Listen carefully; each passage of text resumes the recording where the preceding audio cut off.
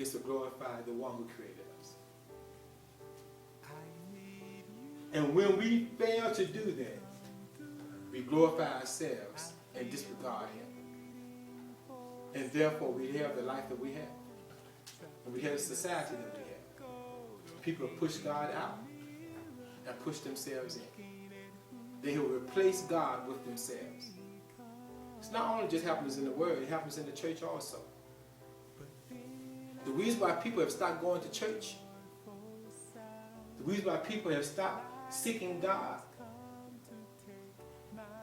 it's not because God isn't real and He doesn't exist. It's because the people that's in the churches, the so-called pastors, the leaders of the church, have supplanted Christ with themselves.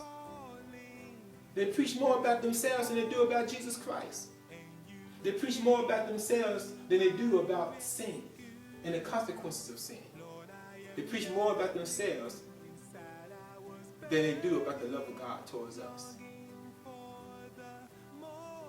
They preach more about prosperity and money, how to sow a seed. If you sow this, you'll get that. How to get your light bill paid. How much of a blessing it is to have a house and a car and all those things. And what you can do to get those things. And very rarely nowadays do you hear in church, you go into a church and you hear a preacher preaching about Jesus Christ. Him dying on the cross, raising from the dead for our sins. And that we must depart from our sins in order to go back to heaven when He comes. Because He's surely coming back again. You don't hear those messages nowadays. Why is that?